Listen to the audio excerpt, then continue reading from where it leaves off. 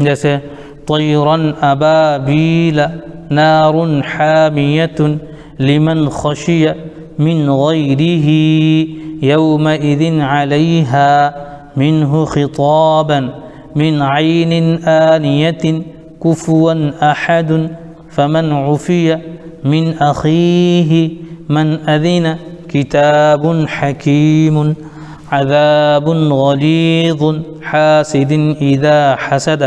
یہ ہمارا متن ہو گیا، اور ہمیں اس میں یہ بھی خیال رکھنا ہے کہ حروف کی ادائیگی کی بھی کوشش کرنی ہے۔ حا کو پورا مکمل مخرج کے ساتھ نکالنا ہے، عین کو بھی ایسے نکالنا ہے، غین کو بھی نکالنا ہے، طا کو بھی نکالنا ہے۔ تو یہ ساری چیزوں کو جو ہے مشق کرتے ہوئے پڑھنا ہے۔ اب میں اس کا اجرا کروں گا۔ یا ساکن سے پہلے طا کے اوپر زبر ہے، اس لیے یالین ہوگا، یالین کو نرم آواز کے ساتھ جلد ادا کریں، جیسے طایا زبر طی، را کے اوپر دو زبر ہے، دو زبر، را کے اوپر دو زبر کی تنوین ہے، یعنی تنوین کے بعد حروف حلقی میں سے حمزہ آ رہا ہے، اس لیے اظہار ہوگا۔ نون کو ظاہر کر کے پڑھنے کو اظہار کہتے ہیں، جیسے را دو زبر رن طیرن، حمزہ کے اوپر زبر ہے، زبر کو جلدی پڑھیں، تھوڑا بھی نہ کھینچے، زبر کی آواز اوپر کوٹتے ہیں، جیسے حمزہ زبر ا طیرن ا۔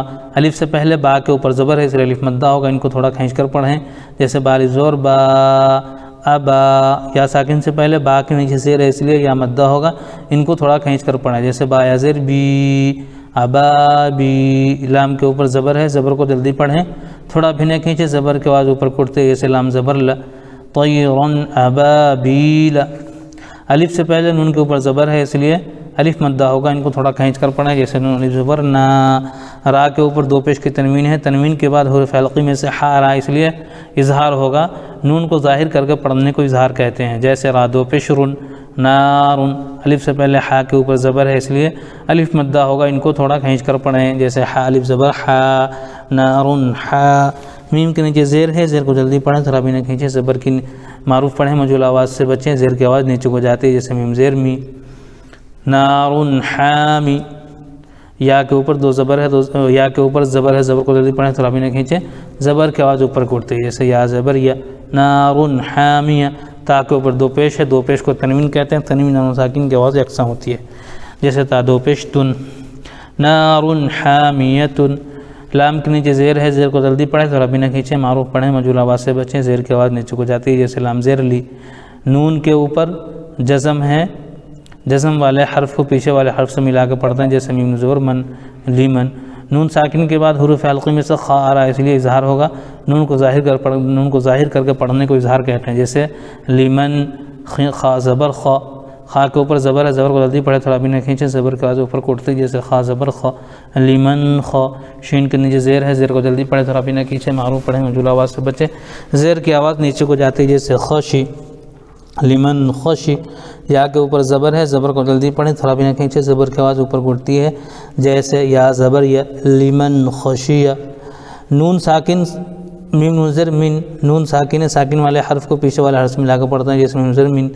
نون ساکن کے بعد حروف حلقی میں سے غین آ رہا ہے، اس لیے اظہار ہوگا، نون کو ظاہر کر کے پڑھنے کو اظہار کہتے ہیں، جیسے میم نظر من۔ یا ساکن سے پہلے غین کے اوپر زبر ہے، اس لیے یالین ہوگا، یالین کو نرم آواز کے ساتھ جلد پڑھیں، جیسے غین یا زبر غی من غی۔ را کے نیچے زیر ہے، زیر کو جلدی پڑھے، تھوڑا بھی نہ کھینچے، معروف پڑھیں، مجھول آواز سے بچے، زیر کی آواز نیچے کو جاتی ہے، جیسے را زیر ری من غیری۔ ہا کے نیچے کھڑی زیر ہے، کھڑی زیر برابر ہوتی ہے مدہ کے، ان کو تھوڑا کھینچ کر پڑھیں، جیسے ہا کھڑی زیر ہی من غیری ہی۔ اب جو اس میں ضروری قواعد ہے میں اس کا اجرا کروں گا تاکہ ٹائم کم ہو۔ واو ساکن سے پہلے یا کے اوپر زبر ہے، اس لیے واولین ہوگا۔ تنوین کے بعد حروف حلقی میں سے عین آ رہا ہے، اس لیے اظہار ہوگا، نون کو ظاہر کر کے پڑھنے کو اظہار کہتے ہیں۔ یا ساکن سے پہلے لام کے اوپر زبر ہے، اس لیے یالین ہوگا، جیسے لام یا زبر لی یومئذ علی۔ الف سے پہلے ہا کے اوپر زبر ہے، اس لیے الف مدہ ہوگا۔ نون ساکن کے بعد حروف حلقی میں سے ہا آ رہا ہے، اس لیے اظہار ہوگا، نون کو ظاہر کر کے پڑھنے کو اظہار کہتے ہیں۔ الف سے پہلے طا کے اوپر زبر ہے، اس لیے الف مدہ ہوگا، ان کو تھوڑا کھینچ کر پڑھنا، جیسے منہ خطابا۔ یہاں نون ساکن کے بعد حروف حلقی میں سے عین آ رہا ہے، اس لیے اظہار ہوگا، نون کو ظاہر کر کے پڑھنے کو اظہار کہتے ہیں، جیسے من عین۔ یا ساکن سے پہلے عین کے اوپر زبر ہے، اس لیے یالین ہوگا، ان کو نرم آواز کے ساتھ جلد ادا کریں۔ یہاں تنوین کے بعد حروف حلقی میں سے حمزہ آ رہا ہے، اس لیے اظہار ہوگا، نون کو ظاہر کر کے پڑھنے کو اظہار کہتے ہیں۔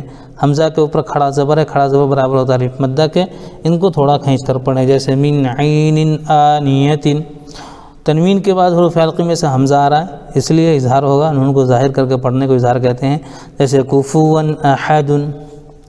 یہاں نون ساکن کے بعد حروف حلقی میں سے عین آ رہا ہے، اس لیے اظہار ہوگا، نون کو ظاہر کر کے پڑھنے کو اظہار کہتے ہیں، جیسے فمن عفی۔ نون ساکن کے بعد حروف حلقی میں سے حمزہ آ رہا ہے، اس لیے اظہار ہوگا، نون کو ظاہر کر کے پڑھنے کو اظہار کہتے ہیں، جیسے من اخی۔ یا ساکن سے پہلے خا کے نیچے زیر ہے، اس لیے یا مدہ ہوگا، ان کو تھوڑا کھینچ کر پڑھیں، جیسے من اخیہ۔ نون ساکن کے بعد حروف حلقی میں سے حمزہ آ رہا ہے، اس لیے اظہار ہوگا، نون کو ظاہر کر کے پڑھنے کو اظہار کہتے ہیں، جیسے من اذین۔ الف سے پہلے تا کے اوپر زبر ہے، اس لیے الف مدہ ہوگا، ان کو تھوڑا کھینچ کر پڑھیں۔ تنوین کے بعد حروف حلقی میں سے حا آ رہا ہے، اس لیے اظہار ہوگا، نون کو ظاہر کر کے پڑھنے کو اظہار کہتے ہیں۔ یا ساکن سے پہلے کاف کے نیچے زیر ہے، اس لیے یا مدہ ہوگا، ان کو تھوڑا کھینچ کر پڑھیں، جیسے حکی، تو کتاب حکیم۔ الف سے پہلے ذال کے اوپر زبر ہے، اس لیے الف مدہ ہوگا، جیسے عذا۔ با کے اوپر تنوین ہے، تنوین کے بعد حروف حلقی میں سے غین آ رہا ہے، اس لیے اظہار ہوگا، نون کو ظاہر کر کے پڑھنے کو اظہار کہتے ہیں، جیسے عذاب غلیظ۔ الف سے پہلے حا کے اوپر زبر ہے، اس لیے الف مدہ ہوگا، جیسے حا۔ تنوین کے بعد حروف حلقی میں سے حمزہ آ رہا ہے، اس لیے اظہار ہوگا، نون کو ظاہر کر کے پڑھنے کو اظہار کہتے ہیں، جیسے حاسد اذا حسد۔ تو میں نے جو ہے 2 لائن ترتیب وار اجرا کیا تاکہ آپ کو سمجھ میں آ جائے، اور اس کے بعد جو میں نے اجرا کیا تھوڑا تھوڑا کر کے، یہ مقصد تھا حروف حلقی کو سمجھانا اور اظہار کو سمجھانا۔ امید ہے آپ کو یہ قاعدے سمجھ میں آ گئے ہوں گے۔